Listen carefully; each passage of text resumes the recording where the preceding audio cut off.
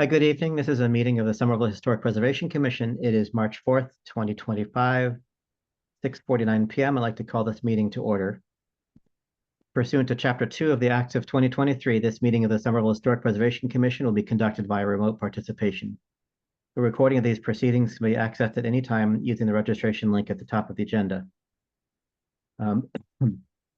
And as our custom, we'll do our introductions of commission members and staff who are here, starting on my screen with Mr. Coughlin. Hi, my name is Dan Coughlin, and I am a resident of Ward 3. Ms. Price.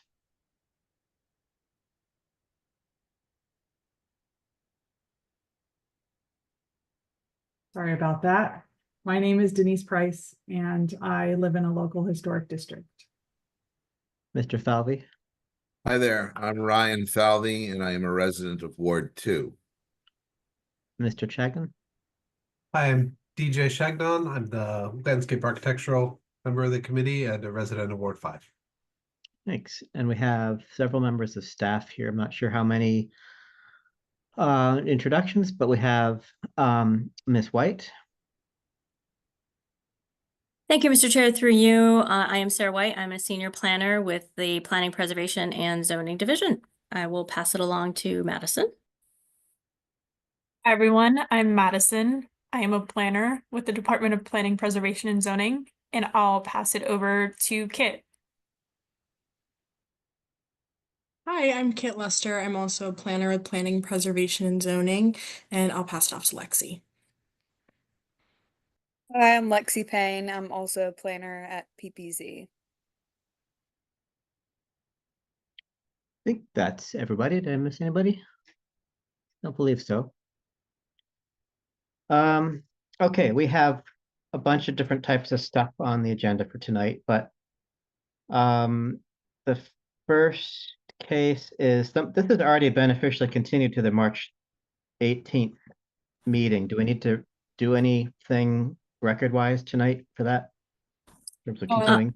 Go ahead, Sarah. No, go ahead, Madison. It's all you. Okay.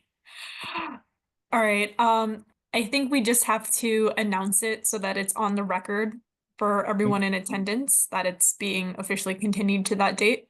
Sure. This is HP 24-000055. Address is 170 Central Street. Applicant is Doug White. Owner is Bhaj Joshi. And this case has been continued to the March 18th hearing. The next order of business tonight is a memorandum of agreement for HP 23-000073. Address is 101 Highland Avenue. That's the YMCA building. And the agent is attorney Adam Dash. And I know this has been going on different iterations, but is Mr. Dash here tonight? Mr. Chairman, through you. Yes, Mr. Dash is here. If I could ask one of my colleagues to kindly unmute him on our end, that'd be awesome. I'm unmuted, I believe. Look at that. Yeah, isn't that funny how that works? Yeah, if we could also promote Dave Kadish from Stantec and Vladimir Benoit from the YMCA. Dave's going to be showing some slides. In the meantime, while we're doing that, Adam Dash, 48 Grove Street in Somerville, representing the Somerville YMCA. With me is Dave Kadish, the architect from Stantec, and Vladimir Benoit, the executive director of the Somerville Y. This is our 5th time before you regarding the 101 Highland Avenue YMCA building. We reviewed the Y's proposal for an MOA twice already since with you. And since then, the demo delay has been imposed and we've met with staff, and we're back now with a 3rd MOA proposal, which attempts to respond to the commission's comments while being something the Y can reasonably do for this project.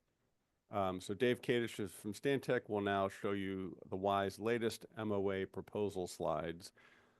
Dave, you want to take it away? Yes, just waiting for approval to share my screen. This is Madison speaking. You should be able to now. Okay, thank you. I think I can. Okay. Can you all see that? Yes.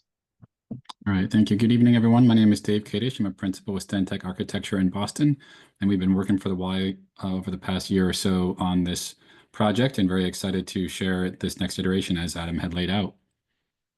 So the YMCA, as you all know, is on Highland Avenue, 101 Highland Avenue, established in 1904. So it is a 120-plus-year-old building. It served the community very well over that time, and unfortunately just can't support the activities that the community needs at this point. And we're all very excited for what the new Y transformation can provide for the neighborhood. Some of these you will be familiar with if you've seen our past presentations for elements on the building that we are looking to reuse and incorporate into the new Y development. The first is actually the cast lion's head, which is the pool filler. It is still active and functioning. Unknown yet if we can move that and reuse it as the pool filler, but we absolutely would love this in the project, and we'll be reusing it in some form or fashion within the new building. The next is on the south main elevation is the cast stone entablature. Due to the scale of this element, we are proposing to scan it and create a reproduction of this at a smaller scale so that it can fit within the building, whether it's the lobby or one of the larger areas, the pool or the fitness center. This could be an element in whole or in part that could be a really nice addition to the new design. Just of note, the YMCA, the Young Men's Christian Association sign, is intentionally not included. That is no longer the Y's brand or a description of any of its members. So it's not who they are, and we will be moving forward under the Y's name. And the entablature is important. The sign is not to be included. The cornerstone showing the 1904 original construction date is very interesting to the project, and certainly something we are going to try and extract and reuse somewhere within the building so that it can be displayed properly. And of note, any of the existing elements that we are attempting to extract will be done extremely carefully, but obviously these are 120-plus-year-old elements that they might be damaged to some degree. Our contractors are very qualified to take them out, but you really can't control everything. So I just want to make sure that is known that there's always a potential for some damage in this type of construction. The next items are the existing lamp posts in the front of the main entry. We will remove, refurbish, and reinstall somewhere within the building.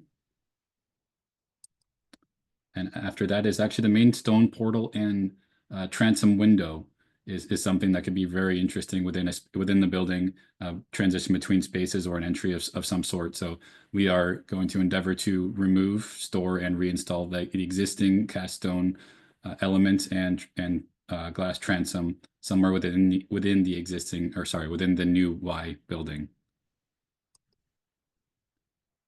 The memorial plaques throughout the Y are something that we all cherish and absolutely will be removing and reinstalling at a location that's appropriate within the new building. And we're also proposing to create a new plaque in commemorative of the existing Y that was built in 1904. So that will be displayed promptly in the main lobby likely. And here is a summary of all of the items that I just mentioned, A through G. These are all elements that the Y has agreed to do their very best to reincorporate into the new Y development. Thanks, Dave. So just to be clear, I mean, we've seen the draft MOA that Sarah thankfully produced. I would note that we would like some wording in there to give relief, as Dave said, if something broke during demolition or removal through no fault of our own. Also, the part about the south elevation stone entablature does not mention that the YMCA, the Young Men Christians Association part, is not being included.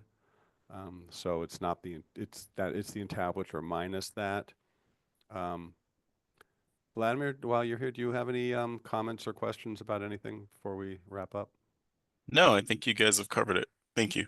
All right. So we hope you'll find this MOA proposal acceptable, and we're happy to hear what you have to think, and we're here for questions and answers.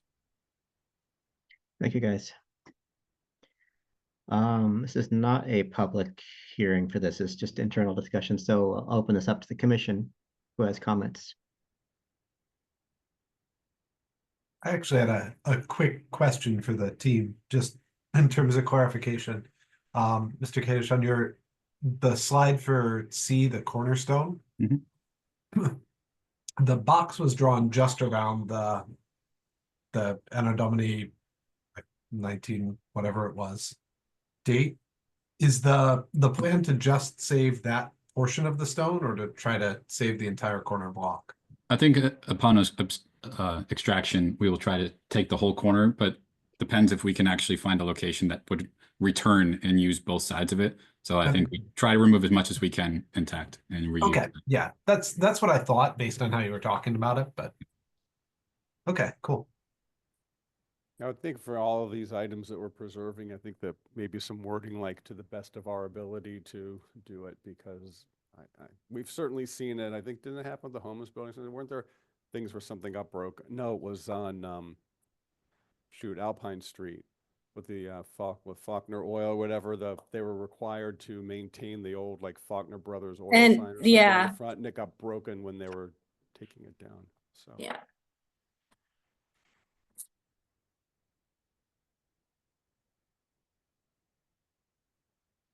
Anybody else have any questions or thoughts? I had a quick question. Along with these items, there will also be the kind of standard photographs, drawings of the existing building, all of that for archive purposes. Is that right? Mr. Chair, through you, yes, that is correct. So those other things are also codified in the MOA. What I highlighted in the draft MOA were only the word changes and overall scope changes of the materials to be salvaged and reused. Yes. Okay. Historic interpretation signage is also in there as well. Great.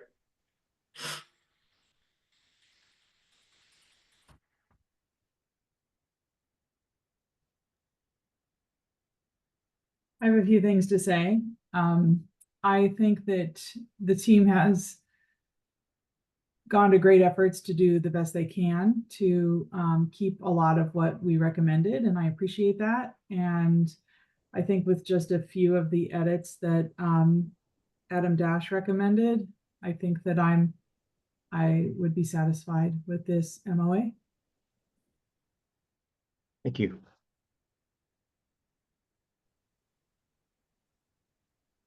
Yeah, I'll echo what Ms. Price said. I'm pretty much on the same page as that.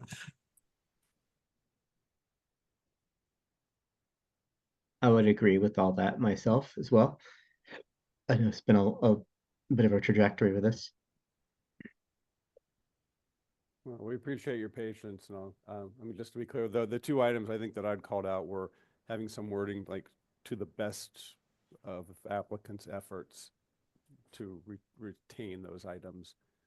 And certainly we want to do it. That's why we're offering to do it, but things happen. And then the other one, that the entablature does not include the Somerville Young Men's Christian Association wording, which we've heard loud and clear from people they don't particularly think they would miss. And Mr. Chairman, through you, I have captured those language changes if those are acceptable to you. And if they are acceptable to the commission, to include those changes, then if you could wrap that into your vote with the language changes as discussed, relative to best abilities and removal of YMCA wording from the entablature, then that would be great. So we have it for the record. Sure. I'm not hearing any other. Oh, Mr. Falvey, do you have any thoughts? All looks good to me. I concur with all the sentiments that have been shared. I'm fine. Okay. Well, in that case, I guess we're ready for a motion then. If anybody wants to jump that. Sure, I'll give it a go. I move that we accept the draft memorandum of agreement as the final, with the changes regarding the language about the signage over the entablature and about the understanding that the Y will work to the best of its ability to remove the elements, but can't guarantee that they'll come out intact, as more eloquently phrased by Mr. Dash. I'll second that. We have a motion by Mr. Shagnon, seconded by Ms. Price. All in favor? Aye. Aye. Opposed? We'll do a roll call, starting with Ms. Price, Yes. Mr. Falvey, Yes. Mr. Shagnon, Yes. Mr. Coghlan, Yes. and I'll vote yes. There you have it, folks. Demolition starts tomorrow or the day after? Oh, goodness. No, it's not lifted yet. I'm just kidding. What is your Uh, time? Do you have a ballpark project schedule yet, or are you still planning things out? Still working through that right now. Okay. Yeah, there's a lot to do Um, here on the site that involves not just this building, as you know, some other buildings around Yeah. it as well. So you've already cleared one of them, and then another one's not old enough to even come to you. So it's, yeah, there's a lot to be done, but we appreciate your patience and your, working with us on this. It's been a long haul, but I think we got to a fair result. So thank you so much. Yep. Thank you. Yeah, Mr. thank you. Chairman, if I could through you really quickly, Mr. Dash, I will have a final copy with these changes to you, if not tonight, then tomorrow. I'm going home, so not tonight's fine if it's Oh, tomorrow. well, lucky you. All right, so I'll have those over to you shortly with the chair's signature, and then we can move to recording from there, and I'll send you an email with the details. Great, thank you so much. Just make a note that the Registry of Deeds had given us a hard time when we had an electronic signature from Mr. Parks, that they Oh. did not want us to record a non-original signature. Mm. So Even when you record it electronically? on the record, I am not going to say what happened. I'll but, talk to you offline. but I can say that the registry has balked at having e-signatures on documents. Very good. Have them Okay. Call me, I'll straighten it out. I'm kidding, that's a joke. All right. Well, then I will have, it might take a little bit longer to get something to you, but I'll get that done pretty quickly. It's not an emergency, but well appreciated. Thank you. All right. Very good. Thank you all very much. Right, thank Yeah. you. Good luck. Okay, the next order of business tonight is an advisory review for 187 Central Street, which is it just staff, Ms. White, that's going over that with us, or is anybody else we need to? Mr. Chairman, through you, yeah, so it'll be staff, but also we do have the architect from the firm that was working on this this lot split as well. So he is here for questions if necessary. So I'll unmute if you could, if my colleagues could unmute Dennis Greenwood, but Dennis, if you don't mind, just holding tight until we have some questions. I think that the board might have some questions for me first, or I could be wrong.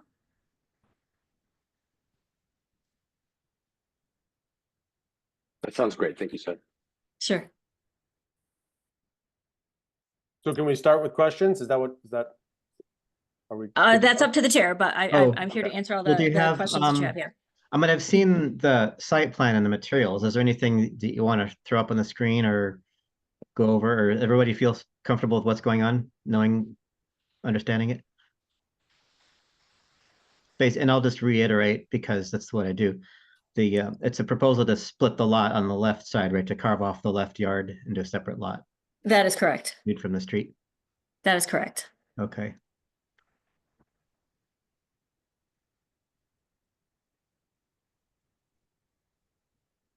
Would you like the architect to throw the plans up on the screen, or is everybody all set from what they've seen and just wants to go to questions?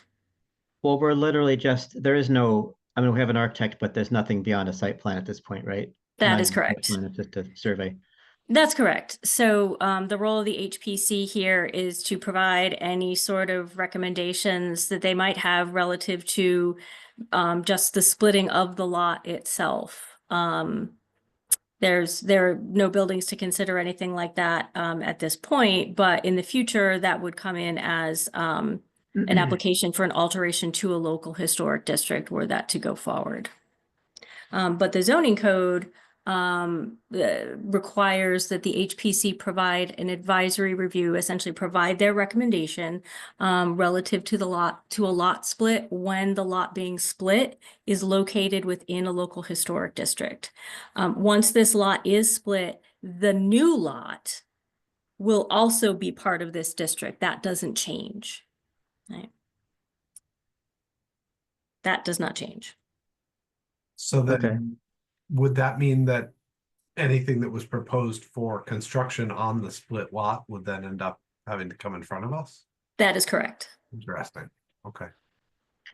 I have a question, not having the zoning in front of me, but are the setback requirements between buildings on a site any different as a secondary structure versus a freestanding lot? That makes sense. Would one build a new, assuming this is for the purpose of creating a structure, I'm guessing that's what's coming down the pipeline. Is that distance that is required by the abiding by the two side setbacks from abutting lots any different than it would be if one were to put an additional structure on the same lot? Well, under the current code, you can't, the only additional structure that could potentially be put on the existing 187 Central Street lot, if the lot were not split, would be a backyard cottage, which is not a regular cottage. It is literally just that smaller structure. So that would be the only thing that could otherwise be put on it. So the way, if the lot is split, the way that we would look at this lot from a zoning perspective is just the way we would look at any lot that's in the neighborhood resident zoning district. Same setbacks apply as just a regular neighborhood resident zoning district. So there are no additional setbacks that they need to meet. So if they need to have 3 feet from the property line or 5 feet from the property line for any new building, then that's what they also need to have here because it's just a regular NR lot. And a backyard cottage would be required to physically be behind the other structure, or is that just sort of a term for? Well, the backyard cottage is something that would need to be literally in the backyard, but there would need to be some mechanism to reasonably reach that backyard cottage from the front of the lot, either down a path, usually down a 3-foot path, down a driveway, etc. And its front door has to face the frontage, even if you can't see that backyard cottage from the street necessarily. So no, under the prior zoning code, you used to be able to have 2 principal buildings on a lot. So depending on the zone that you were in. So if you were in principally the RC zone at the time, you could have more than 1 principal building on a lot if you received a special permit with site plan approval. So you could have 2 triple deckers on a lot, or we do have some lots that have 3 principal structures on them, but they had to be done under zoning relief.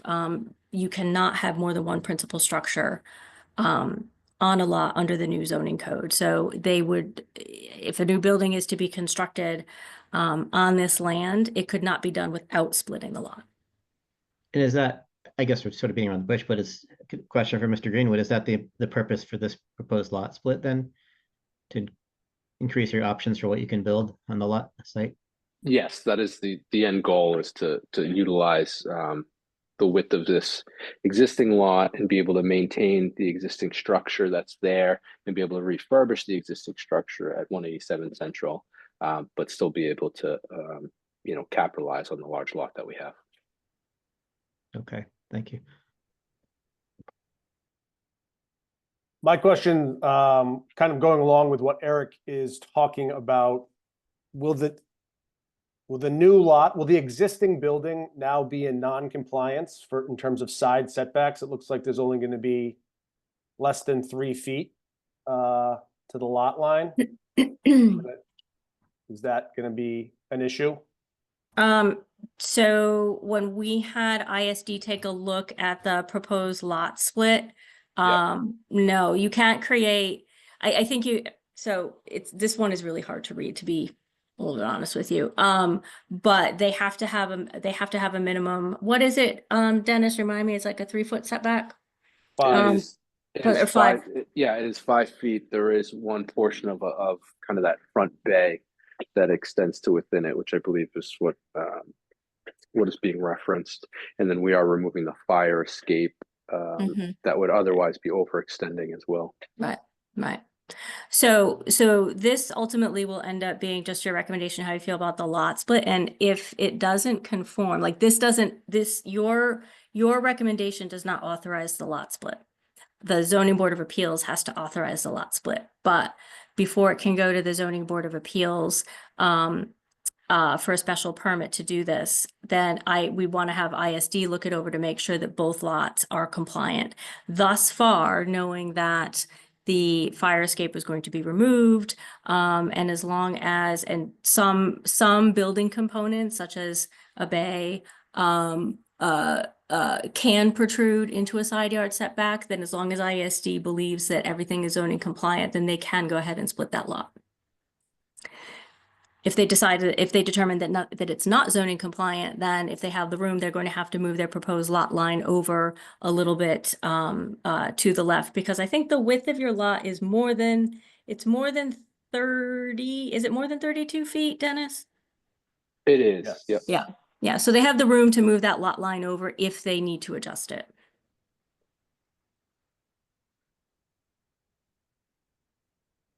Yeah, so the only other thing, I mean, and I'm not sure if this is a historic question, but in the neighborhood residential zone, there is a 10 feet between buildings rule. So the closer that line is to the existing building, the further into the new lot, the new building will have to be. Yeah, they will need to meet that 10-foot building separation requirement. Right. So your setbacks are going to be typically in an NR, you have a 5-foot setback, but now it's going to have to be 7+ if the bay, depending on where they take the measurement from, I guess. So that was, again, that was just the thing that kind of stood out to me. I'm not sure if that's a historic question or not, but it's not, but that's okay. It's but they will, whatever they do come up with before it can even come to you, we would have a review with ISD to ensure that that it is zoning, that they are not creating any variant situations and that it is zoning compliant. Because we won't let you approve anything that would require an additional special permit because of what you ask for, because of what they've constructed to meet an HPC requirement or a variance either.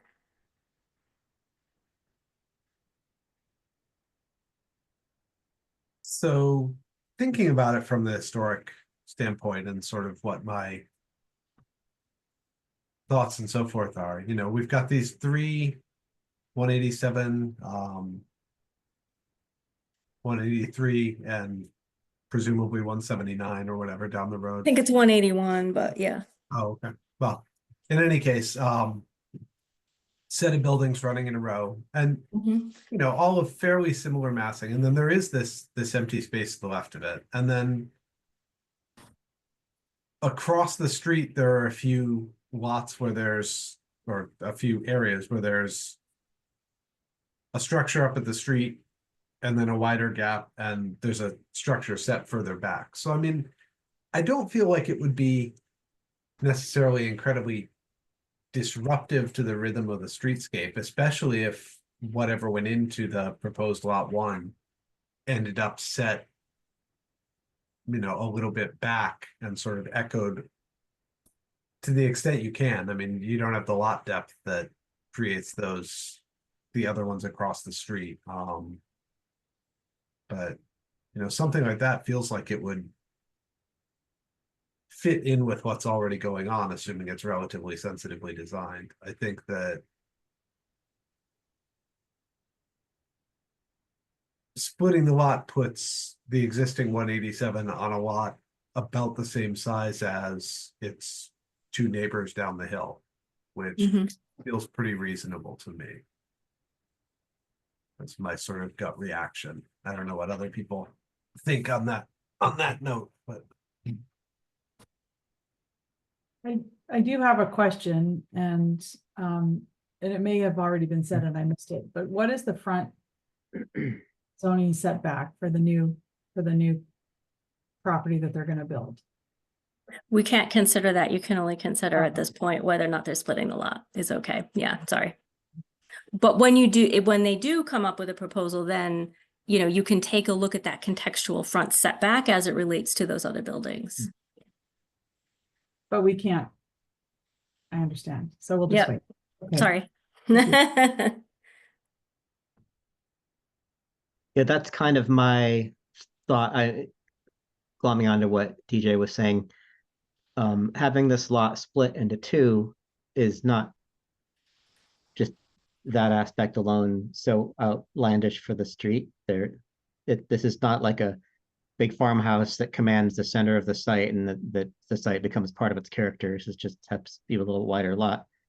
And my only concern would be, which we can't really dictate now, that what go in there not feel like it's crammed in because it's slightly narrower lot than the others. And if it's 5 feet off the property line and 3 feet off the bay, you know, looking at the Google Maps here, it looks like your standard distance between houses is somewhere around 15 plus feet. So I would not want to feel like the new building is shoehorned in, but we're not really talking about that now. And being in a historic district, we'd still have some say over how that all plays out. Correct. So I can't really use that as a reason to say no to this. I don't really have any problems with splitting the lot, just concept.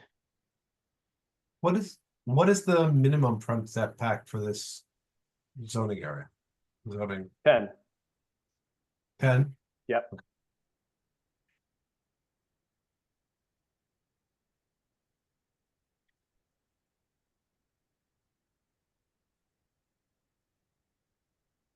Yeah, so, right, if looking at the site plan, if the front steps are 7.5 feet, that's something we'd have to address when it comes down to a proposed site plan. Yep. You could theoretically have something jut forward of everything else and be closer than everything else, so it could be kind of awkward. Right. But if I could recommend, we might want to wait until you actually have something in front of you Yeah. to talk about. Yeah, exactly. This is all hypothetical. Yeah. But I have no, I mean, it's a line on a piece of paper, and I have no problem with drawing that line on a piece of paper and subdividing this lot. I agree. Great. Okay. Well, I'm not, it seems like we're kind of reaching a consensus. If someone wants to to go ahead and make a motion on this, go ahead and do it. Sorry, I had just one quick question I just thought Oh, of. sure.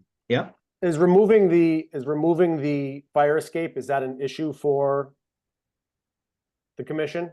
Is that a question that, or is the fire escape not included in, don't we have to approve any exterior alterations? You will, so Mr. Chairman, through you, yes, when they come forward, they will have to come, the applicant team, the owner will have to come forward with a separate application for the work that they want to do on the building that's currently at 187, and that includes things such as removals of fire escapes. So if they, you know, if you decide you don't want it removed, again, they have enough room to work with on that new lot, because of the width of it, to keep things far enough away from the existing building. Okay. And we'll have to, you know, adjust their designs accordingly if that is something that you all decide needs to remain. Yeah. Yeah, I just didn't want to get to a point. Yeah, that all makes sense. Okay, Mhm. thanks. Sure. To Mr. Coughlin's question, though, would that then require them to go back and revise where the lot line is? If in the hypothetical we said, oh, no, that's a historic fire escape, we can't take that up. I mean, I think it all depends on what what their design ultimately is, because ultimately they have to have a compliant lot. Right. In both regards. And if a fire escape can intrude into the side yard setback, then, you know, then they're not going to have a problem Right. moving that lot line. The fire escape literally crosses the proposed lot line at the moment. So if the lot line were, So then they'll have to move that lot line. Yeah, exactly. yeah, So, if the you know, lot line whatever, was, we'd have to, yeah. fire escape would have to come off. Yeah. I mean, it also could be that depending on what they're looking to do with the existing building, building code and fire code are changing and have changed as such that that fire escape might not be up to code any longer for all we know, and it might have to be removed from a safety perspective, right? So if you have 3 units in a building now, you're going to have to sprinkle a building if you're doing a certain level of renovations, and that's going to come into the new building code. So it might be a moot point entirely from a safety perspective. Yep. So I definitely understand the concern, but I think at this point, I wouldn't worry too much about it. And in the end, if it ends up becoming an issue, then the applicant team will have to go back to the drawing board and figure something else out with their lot line. But yeah. Fair enough.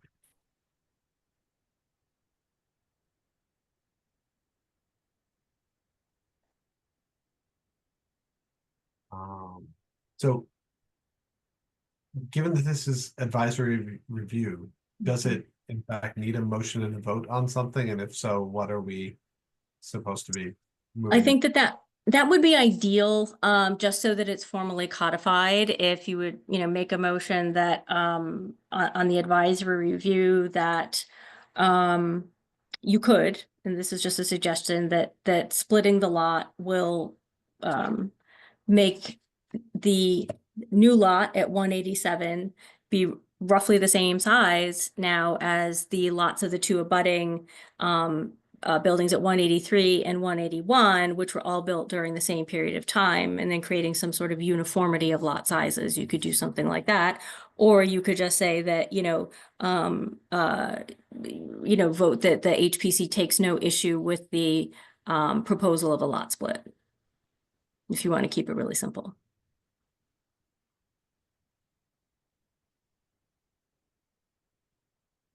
Those are just 2 suggestions, so it's really what you feel comfortable with. And I feel like the latter feels simpler to me and cleaner. Yeah. So if nobody objects to this idea, well, I guess we'd vote on it anyway. I would move that we state that the HPC takes no exception to the proposal for the lot split for 187 Central. I'll second that. A motion by Mr. Shagnon, seconded by Mr. Coghlan. All in favor? Aye. Aye. Opposed?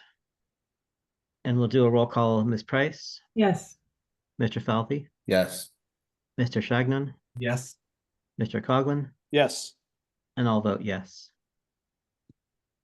That it? Very good. That's it. Thank you, Mr. Chair. Dennis, are you all set? All set. Thank you very much. You too. Have a good night. Okay, we have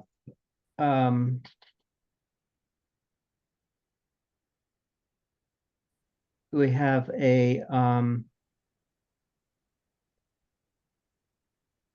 140 alteration to low. Do we get this in our package?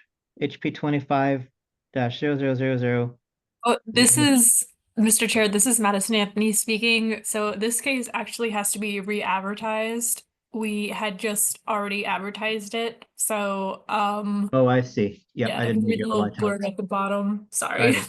Okay, so I'm just going to mention HP 25 a bunch of zeros, one address 148 Morrison Avenue.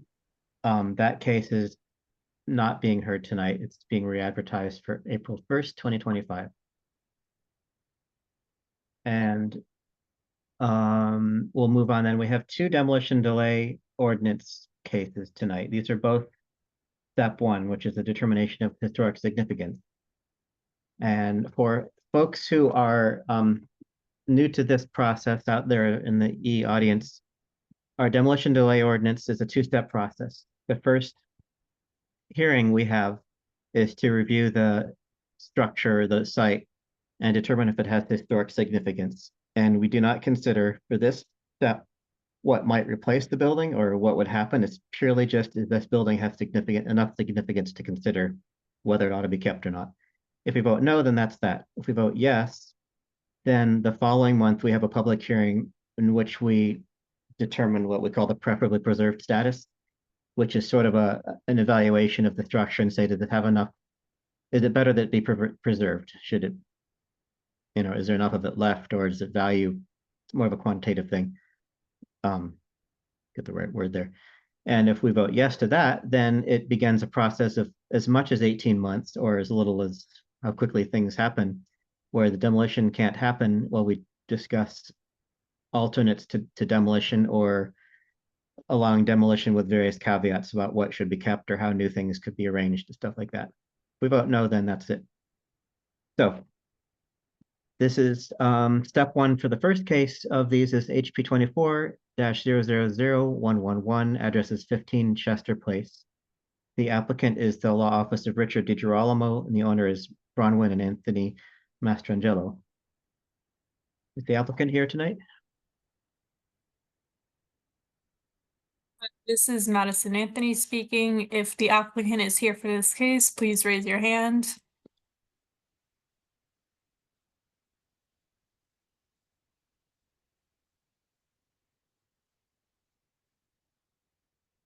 All right, I'm promoting Evan Stillman to the panel.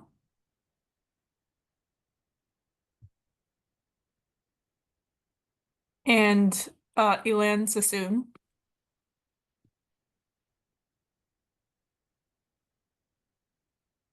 Hi, everybody. Hello. Good evening. Good evening. Welcome. Give us a quick rundown of your existing building. Anything you want us to know? Okay, so the existing structure is a 2.5-story structure. It's approximately 17 or 3,700 square feet. It was constructed in 1900. The main massing extends, well, the main massing starts behind a 2-story enclosed porch and then extends towards the rear of the site. And then there's a pretty decent sized yard at the rear, and then a garage, which we plan on demolishing as well at the rear right side of the site. That's basically the rundown of the existing structure. Okay. Thank you. Do we, I'm having a blank here. Do we usually put the report up for members of the public to see these? You haven't typically, Mr. Chair. Okay, let's not. If that's all you want to say at this point, then we're going to turn it over to public comment. You'll have a chance to respond to things if stuff comes up. Sure. And with that, if any members of the public would like to speak, please raise your hand and staff will unmute you. Please, if you speak, give your name and address for the record. Right, this is Madison Anthony speaking. I am promoting someone. Their name is Zoom user on the attendee list, so please announce your name once you are promoted.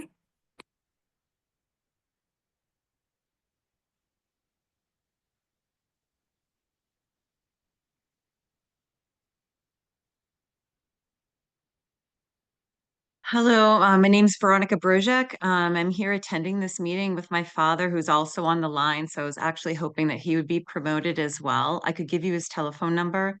We are against this demolition as it just seems like a shame to really demolish a historical building. It also 11 Chester Place was deemed not to be demolished for the historical purposes, and I feel like 15 falls under that same category. If it is possible to unmute my father, I can if you see his telephone number, that would be wonderful because he has a written statement.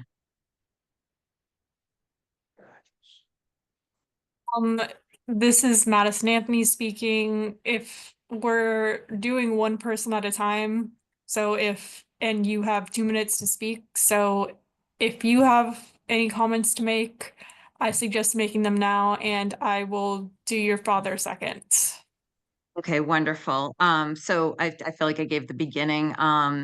Please let me know if I'm missing anything. My father bought the house in 1978, and we've just been involved with the house our whole lives. And I do really think it's really important structurally, and especially just to keep the historical significance of the neighborhood intact. I think that's a really important thing, especially nowadays. That's my whole statement. Including the fact that 11 Chester Place has been denied demolition, which I feel fall under the exact same category why I disagree with 15 being demolished.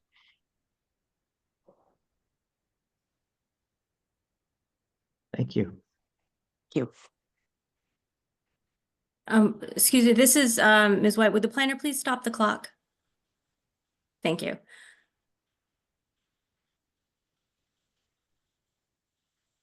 All right, this is Madison Anthony speaking. I am going to allow the phone number to speak next. I'm assuming that is the person in question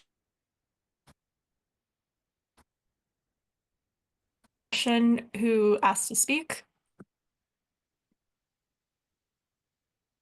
All right, whenever you're ready.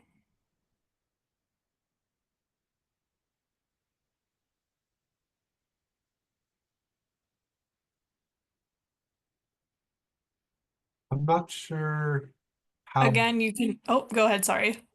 I was just saying, this is Mr. Shagnon. I was saying, I'm not sure how a phone user would unmute it on their end. I believe you should still have access to the controls on Zoom on the phone. I think this is someone who dialed in as opposed to using a phone through the Zoom app. If they press *6, it should unmute themselves. Excellent.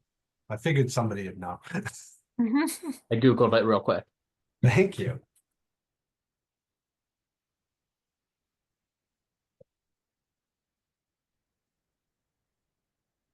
All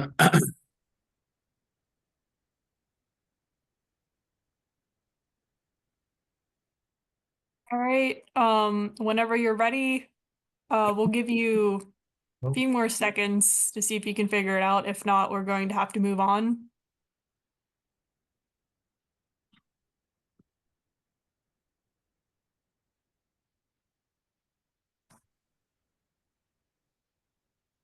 If they succeed later on, we could always bring them back if there are others who want to speak.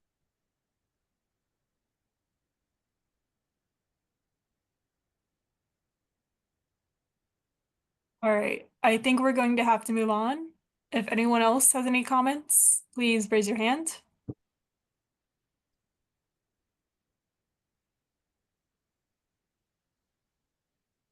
All right, Alan Sassoon is raising his hand. I'm going to allow him to speak. Oh, I'm sorry. Excuse me 1 second. I'm so sorry, Okay. Mr. Chairman, through you.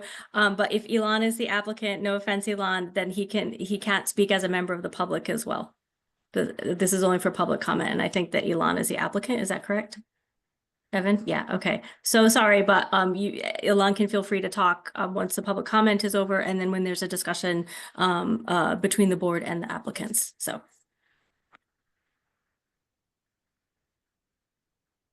All right. Then it looks like there's no one else in line to speak. You can go ahead and close public comment, Mr. Chair. Okay, I'll do that. We'll close the public comment portion of this hearing. And would Mr. Sassoon like to, you wanted to speak? This would be your opportunity now, I believe.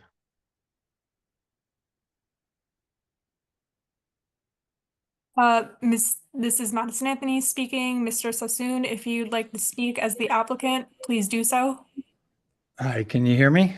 Yep. Thank you. So I would just like to say that obviously I think this is a beautiful home, and we work very well together with the historic preservation.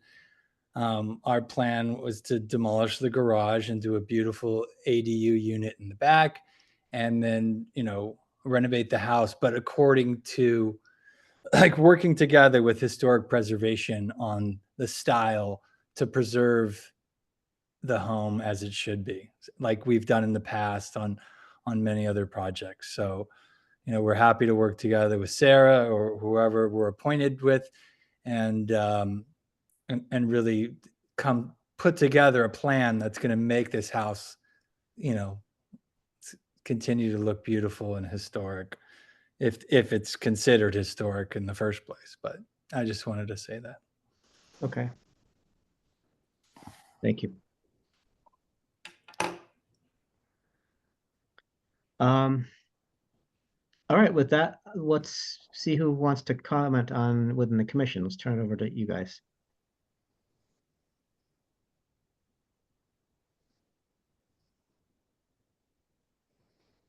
So I'm a little confused because Mr. Sassoon was talking about the intention being to renovate the house and demolish the cottage, if I understood not the cottage, the garage, if I understood correctly. But the application that's in front of us is for demolition of the house and no mention of the garage.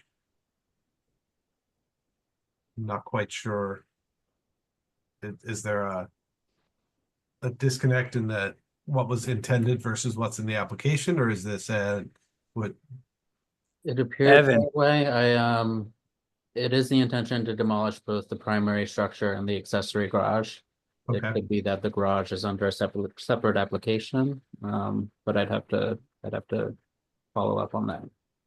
It could all, the garage isn't 75 years old, but So, Mr. Chairman, if I could jump in really quickly, we do have the garage under a separate application, but garages come under staff review unless it's like a carriage barn or something like that. So, yeah, that's why you don't see it in your application. And from now on, whereas in the past, we would have like all buildings on a lot on the same application. Now they're all required to be separate applications and to be considered separately. In part, that's because we moved to citizen serve, but that's a whole nother story entirely. So just a quick, can you answering DJ's question? So the applicant's saying that they would like to renovate the house and tear down the garage. Is that not? No, we're planning on tearing down both the primary structure of the existing house and the garage and doing 2 new structures on the site. Sorry for the misunderstanding. I just wanted to say that when we tear it down, we can rebuild it in the same fashion that it was or better to give it that historic look. Okay. Thank you, guys. Okay, well, in light of that, I guess, are we at commission comments and so forth? That's where we're at, right? I think as one of the members of the public stated, and as her father was trying to get active to state, that there's very little that I can see that would differentiate this from 11 Chester, which we previously found to be historically significant. I mean, part of a group of 5 that really defines the feel of Chester Place, and they're sort of all 5 of a kind, clearly built as a unit in many senses, and sort of are the character of that little cul-de-sac. The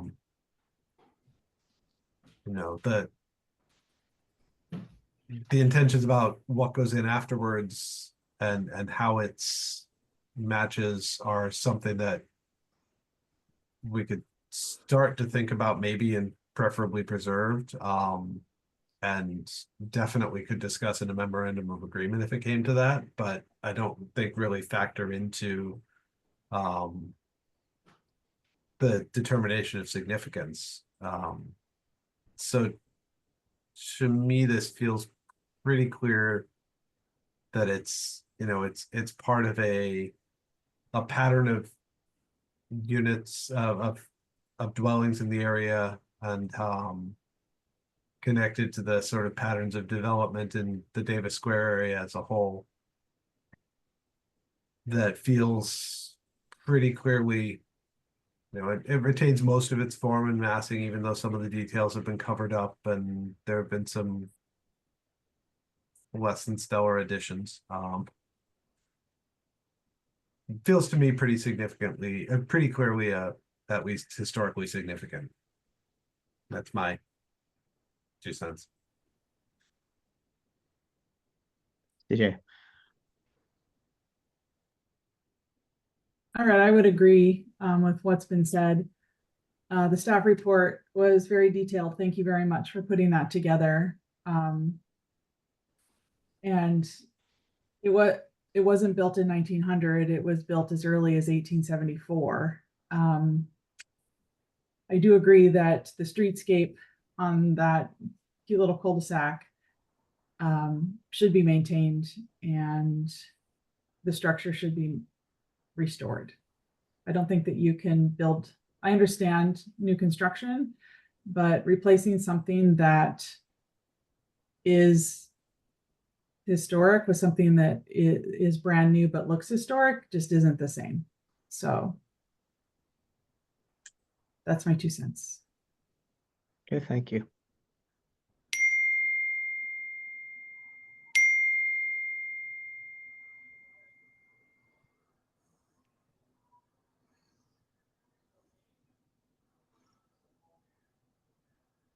Any other thoughts? How about you, Mr. Falvey? I'd agree with Mr. Chagnon. Observations if, prior vote was taken on number 11. Buildings are identical to a certain extent. It seems though would probably follow the lead on that, and I'd be comfortable taking that path, I believe. Okay, thanks. Excuse me, this is Ms. White. With all due respect, whoever is currently unmuted and has like their phone or something dinging, would you please, please, please mute yourself?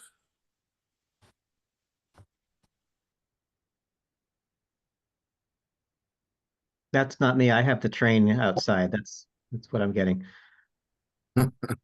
Train whistle. I hear that as well. Oh, We're in the same city. interesting. I have nothing to add. I agree. I think the big thing is the streetscape. It's a short little neighborhood or short little kind of group of buildings there. And I think they all add up to something that's significant. So I would agree that I'm leaning towards voting for significance. Thank you, Dan.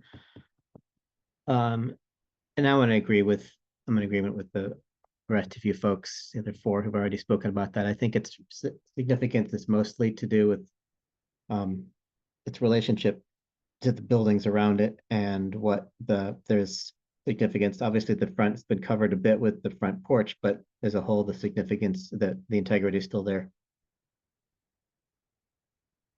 So if that's the case, we could go with a motion. If someone wants to make one.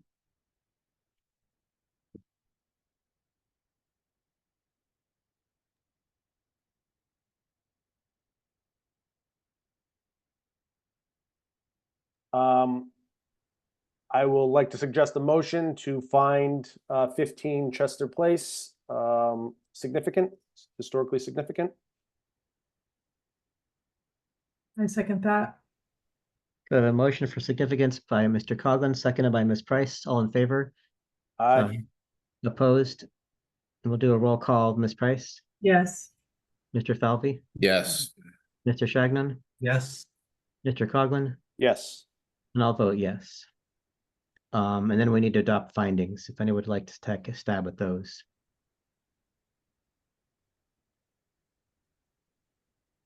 Sure. I would say that it's significant in that it retains most of its original form and massing, and contributes significantly to its streetscape, as well as being strongly associated with the pattern of development in the neighborhood.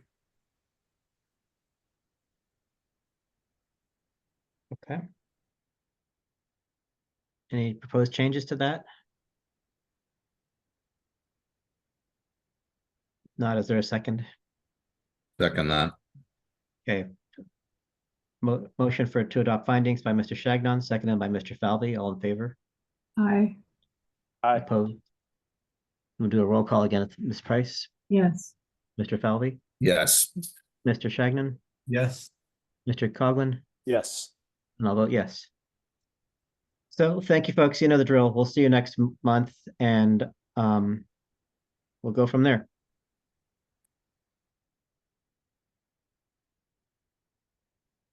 Thank you. Me too. And our next case tonight is HP 24-000119, address is 60 Franklin Street. The applicant is Picker Construction, Pablo Picker. The owner is Shelley Milligan. Is the applicant here tonight? This is Madison Anthony speaking. I see two Pablo Pickers in the audience. So, okay, one of them is raising their hand, so I'm assuming he's the correct one. I am promoting him.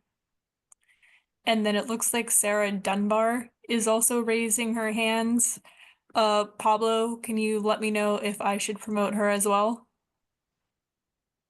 Hey Madison, hey Commission. Yes, please, if you could promote Sarah, that would be great. All right.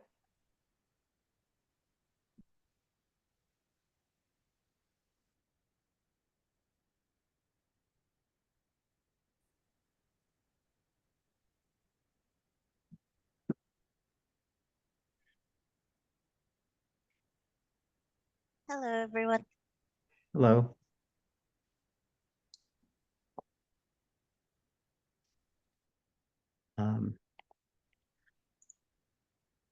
Welcome. Would you like to give us a quick rundown of what you're about the structure? Sure, I can share screen to show a couple images. Is that helpful? Well, we're here. Yes, we're not here to evaluate what you might do with it once it's been demolished. We're just here to look at the structure itself. So if you have anything you want to show us of the structure, go for it. Okay, they're just photos of the structure. Sure. Yep. So it's... This is Madison speaking. I'm sorry. Oh, okay. Never mind. It looks like you have permission. Oh, okay. So it's a detached house at 60 Franklin Street, and then built in 1890. It's a single unit home, and it's 1,828 square feet. And then basically like 1 3/4 stories. And then these are just photos of the different sides of the building.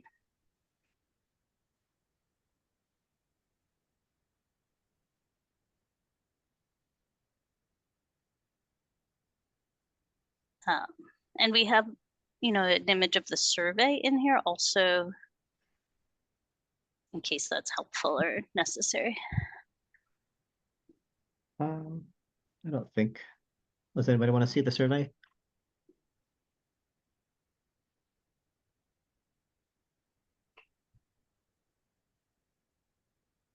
I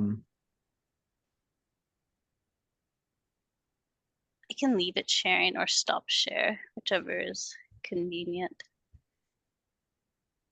We'll go with it on for the moment. Okay. Anything else that either of you would like to say, or should we move on to public comment? You'll have a chance to respond to any questions or comments later if you'd like.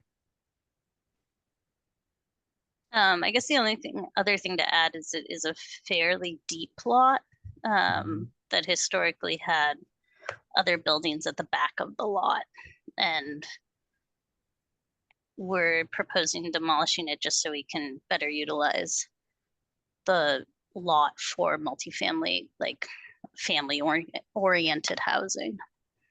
To put an additional house, or to put a stacked 2-family in the front and then a backyard cottage in the back, which we think makes good use of the site. But I don't know if we're supposed to say that right now. Sorry. It's not. I mean, Mr. Chairman. Oh, sorry, Mr. Chairman, through you, if I could, I was going to say that that's not something that they can take under consideration now, but if you have information about the history of the property or like historic architecture or things like that, then that's fine. But, you know, discussion, if you want to submit some plans for discussion, preferably preserved, that's, you know, definitely something that you could, but we don't want to go off the rails. Okay. I just, Chair, if I could, and I don't, and Sarah, you can tell me if this is not also should be appropriate, but I just want to state that we through ISD had the existing structure reclassified as a detached house. So I don't. Nope. Okay. Nope. They can't consider zoning stuff either. So I think that's it, Chair. It's straightforward. Okay. All right. If that's it, then let's move on to public comment. Any members of the public who'd like to speak, you could raise their hands and you'll get unmuted. You'll have 2 minutes to speak.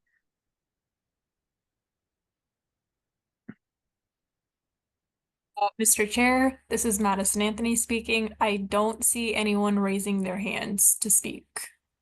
Okay. In that case, we'll close the public comment portion of this hearing and take it up as a commission.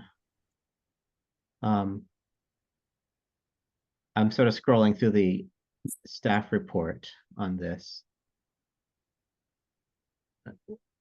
I know the as always, these are very well done. Thank you, staff.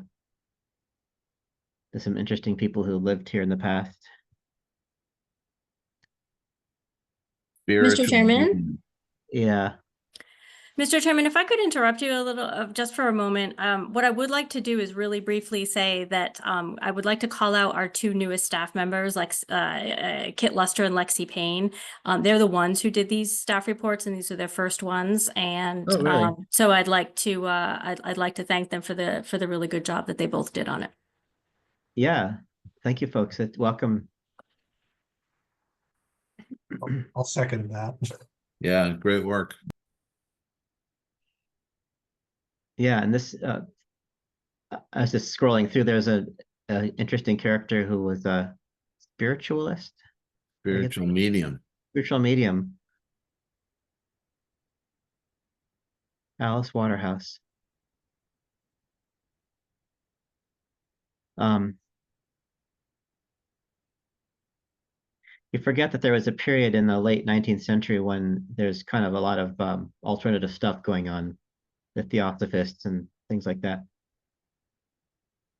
think it was being stodgy, but not necessarily. Anyway, who wants to talk about this? Well, I would like to say that this is, again, the staff report is fantastic. And this woman, Miss Waterhouse, was very interesting.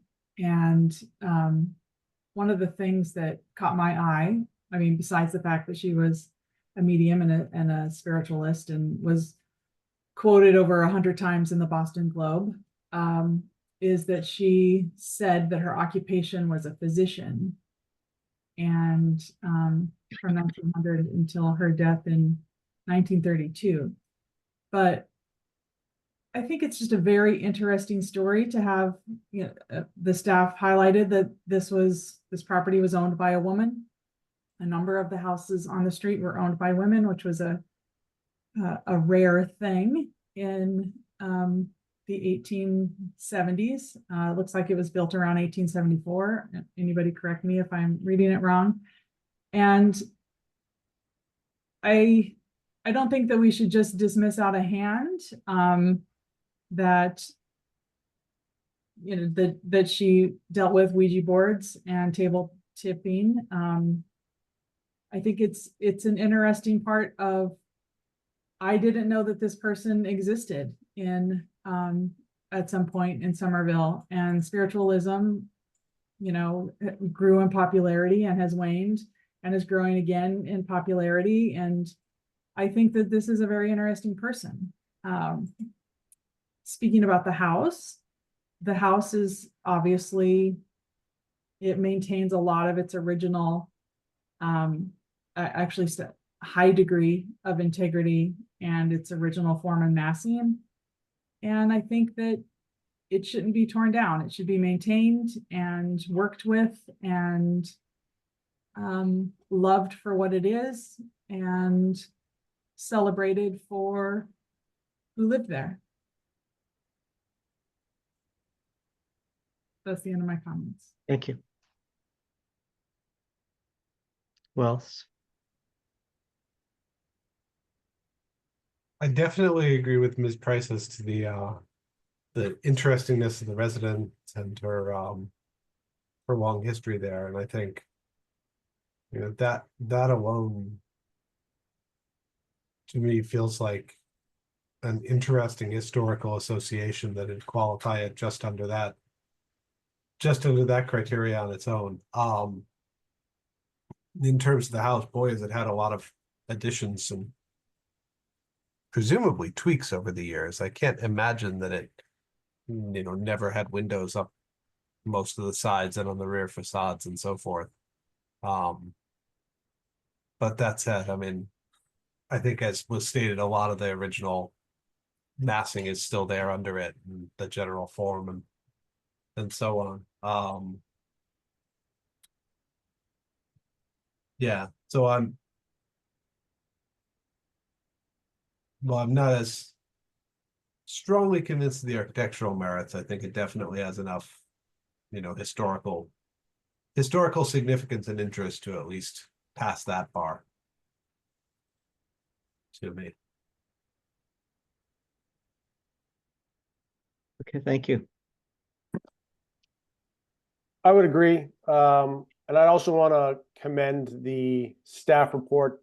However, they found that picture, that first picture in the staff report, that kind of overhead view.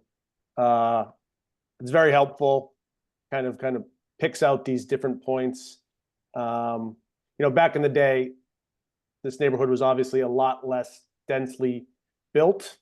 So when we talk a lot about streetscape and things like that. This is definitely a different interpretation of that. But when you think historically and you think back when it was a lot more open and a lot more farmland and things like that, when these houses were first built, you can see how these different houses, 9 Oliver, 60 Franklin, how they were all related. So I thought that was a pretty cool addition to the staff report, that first kind of bird's eye view of the whole neighborhood, kind of tying them together in this interesting way. So yeah, that's my comment. Thank you.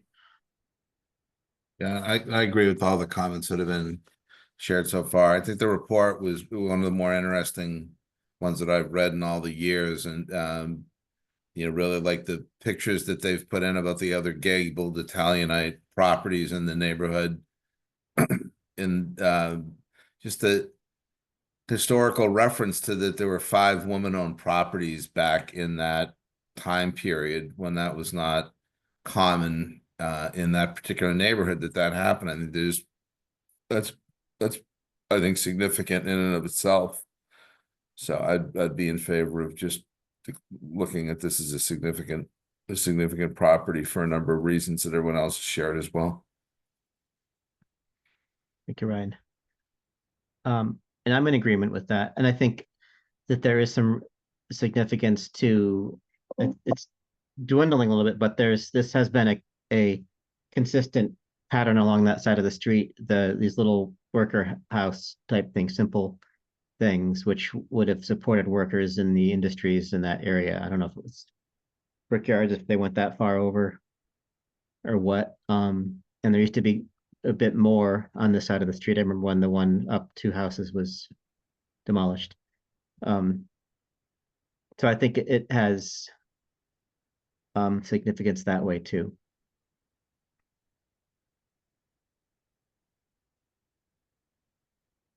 I think we've heard I from put forth a motion to find 60 Franklin Street significant. Okay. I second that. Okay, we have a motion for significance put forth, moved by Mr. Falvey, seconded by Ms. Price. All in favor? Aye. Aye. Opposed? We'll do a roll call. Mr. Coughlin, Yes. Mr. Shagnon, Yes. Mr. Falvey, Yes. Ms. Price, Yes. and I'll vote yes. And we need to adopt findings. We'd like to take a stab at those.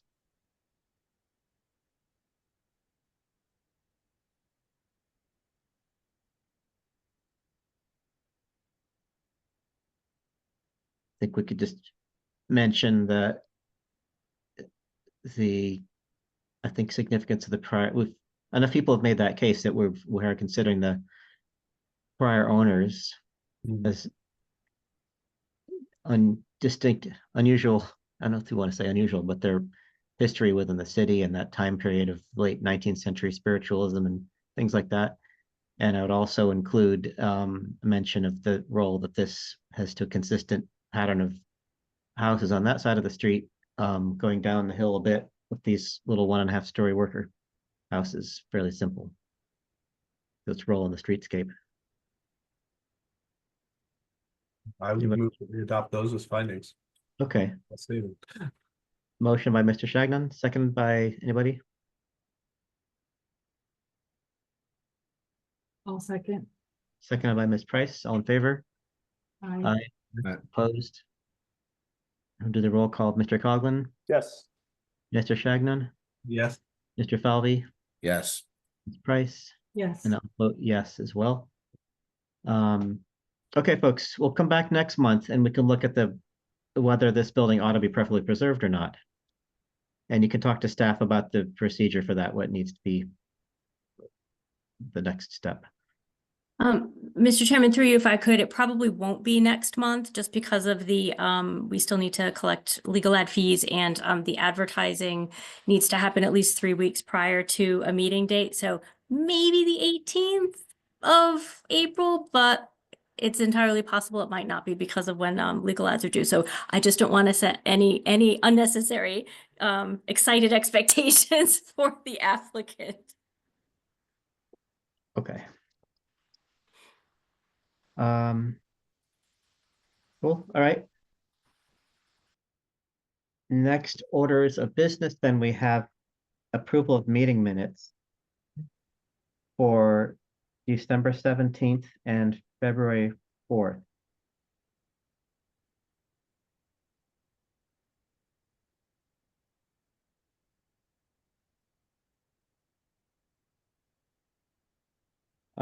Both sets of minutes, and I think that I think they captured the meetings very well.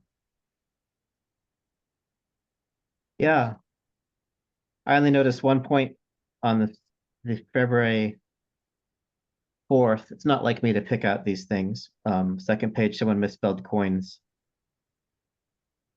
Second paragraph from the bottom. With all due respect, Mr. Chairman, that's usually a Dick Bauer move I know. Or, yeah. to notice all that stuff.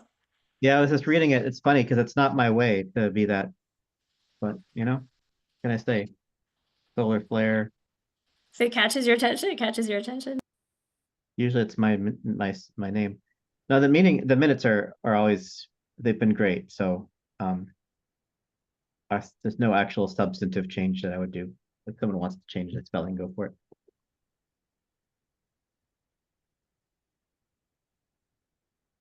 We'll vote on them individually. She'll start off with the December 17th minute.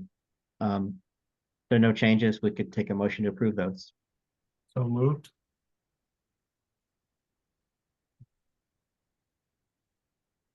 I'll second that. Okay, motion to approve December 17th meeting of 2024 meetings by Mr. Shagnon, seconded by Ms. Price. All in favor? Aye. Aye. Aye. And opposed? We'll do the roll call. Ms. Price, Yes. Mr. Falvey, Yes. Mr. Shagnon, Yes. Mr. Coughlin, Yes. and I'll vote yes. And then let's take another motion for the February 4th meeting minutes. Motion to approve February 4th meeting minutes. Second that. Okay, motion to approve by Mr. Falvey, seconded by Ms. Price. All in favor? Aye. Aye. Opposed? Ms. Price, Yes. Mr. Falvey, Yes. Mr. Shagnon, Yes. Mr. Coughlin, Yes. and I will vote yes as well. Let's see, my agenda. Just flying through. We had a couple, the CPC update. I was not able to attend the last meeting of that, but I spoke with Roberta this morning and got sort of an update of what, there were a few projects that were from the last funding round that were discussed, one of which was Mr. Coughlin's place, and I think the other was, no, there was what do you call it, mid-cycle request for extra money for an open space application, which I'm blanking on. or off-cycle request. And then also just getting ready for, there's a public hearing next month where we kind of take everybody's input on what ought to be prioritized, what matters, should be doing things differently, et cetera, which will be at the next, this month's meeting of the CPC. And then we'll begin the process of designing how to outreach people for the next funding round and take applications and stuff like that. Any questions about what's going on there? Okay. Something that was, when we were discussing this morning, I don't know what Vice Chair Kelly's plan is or when she's coming back, but there was a question about whether we should have sort of an acting vice chair while she's out, in case I should get hit by a bus or struck by some good fortune and not be able to be around anymore.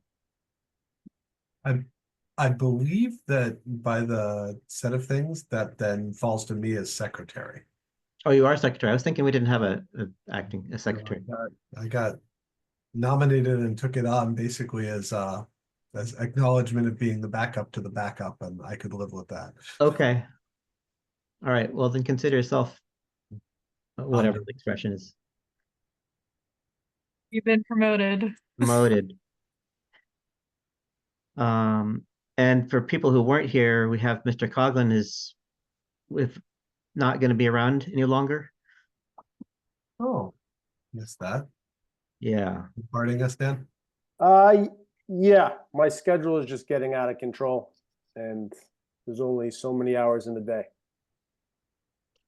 So again, I said earlier that if there is a numbers issue, I don't know if we know when Robin's going to be back. We don't? Is that the idea? I don't know. Okay. Yeah, I'll talk to Sarah and Chair Parks about this offline, maybe. Sure. But if there's a need for me to stay on for a couple more meetings, I can do that. But yeah. I will say from personal experience, Dan, that I spent a while being a rather inactive member, that I would basically get called in when a quorum was needed, back when the kids were real small. And that's, I mean, certainly you know your own life, your schedule, and your commitments, but let me put it this way. Remaining on the commission, but not necessarily being able to make it. Yeah, I don't know if that's fair. I don't know if that's fair to everybody to kind of not show up. I kind of feel like I should, if I'm on it, I should show up or resign, but I understand the sentiment. I can, yeah. Yeah, then it certainly wouldn't offend me. Okay. Yeah, we value, I mean, agree. this happened with DJ, he's our landscape architect, so we would kind of rope him in once in a while if something had a lot of site questions. Yeah. I mean, I you get have calls good, for site or calls for, we're not gonna have a quorum unless you show up, can you make it? All right, well, I'll see what- send an email with Sarah and Chair Parks and Eric, so yeah, we'll keep the conversation going. well, good and value, you have good should you, input. should you choose not to go that route, stay in touch. Okay, I'm around. Oh, yeah. I live here, so. I know. Well, regardless, Dan, you've been a huge asset to the group. And fantastic contributions. Thank you, Ryan. That's Thank not you very nice much. of you. I appreciate it. Really outstanding. Yep. Yeah, I mean, even if you're sort of lurking in the shadows, you have good expertise and it's nice to have you around, so. Okay, yeah. That's We'll an figure it option. out. Yeah. And I was also, that just sort of brings up the question of recruiting people. And I will have some ideas. So just to recap the process with all the new pedanticness that the city, I mean, for finding new people. to what extent are we allowed, am I allowed to just nab somebody and say, hey, you want to join our commission? It's, I think you're statute- allowed to suggest that people apply to them. okay, If you know anyone. I think that's as far as the extent goes, but like obviously you guys wouldn't really be involved in the interviewing process anyway.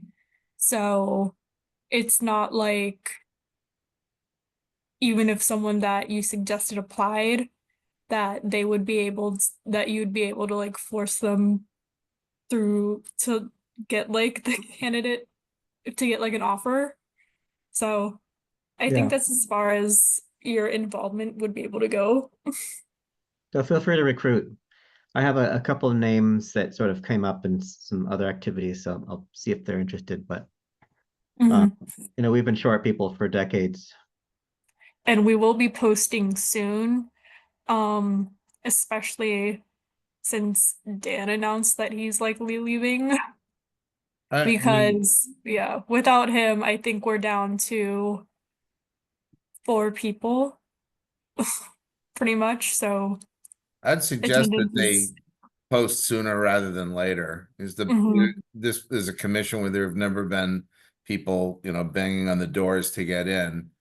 And you know, it seems like any of us who've been here for more than 2 terms, we were essentially told we're on borrowed time and that, you know, we have to reapply, which is a fascinating message to hear from people who aren't even coming forth to talk with us. So I think if someone like Eric is able to bring people to the table, hopefully whoever the decision makers are, whoever is heading up this effort to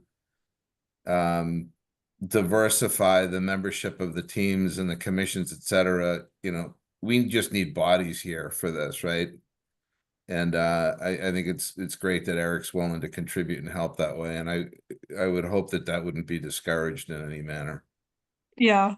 I mean, hopefully not just bodies, someone who has an interest or some sort of Absolutely. expertise, We but need brains. yeah, We don't necessarily need bodies. I'll take a brain in a jar if we can get it hooked up to some speakers. exactly.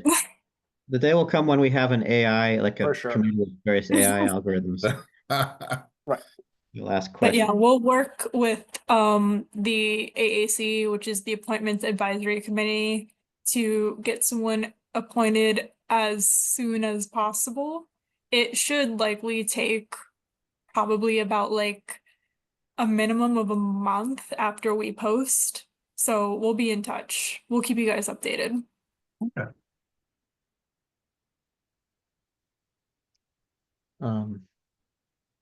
Thank you, Madison, for your efforts and help here. You've always advocated for us. I know that. Of course, I know you guys, you volunteer a lot of time and you have a lot of expertise, so we really appreciate what you guys do. When the CPC had advertised for 2 new positions, they got 17 applicants. Which- Okay. That's something. Which I was offended by that in a way. They I mean, spend money. it's, yeah, you spend people's, yeah. And at the end of today's meeting, are we supposed to send you a list of 5 things that we contributed to the meeting this week and then continue that on a regular basis? That's okay. We're not looking to Okay. fire any of you guys, so I feel better knowing that's not part of your approach yet. not yet at least. Executive order strikes Mr. Falvey from the commission. Very wise. All right. I don't think there's anything else. Would be nice to find out what Robin's doing, and because we need to, there's this outstanding thing about the Union Square Historic District and the pipe works and things like that, and it'd be nice to kind of nudge some of that forward. Yeah. And she Yeah, and I think Sarah White signed off, but I can shoot her a message tomorrow asking what the Okay. status of all that is. Sure. All right, and our next meeting is this month, right? It's the 17th. I think so. I might have to pull up the schedule to confirm. Doesn't, it's whatever's published. Okay, The 18th. perfect.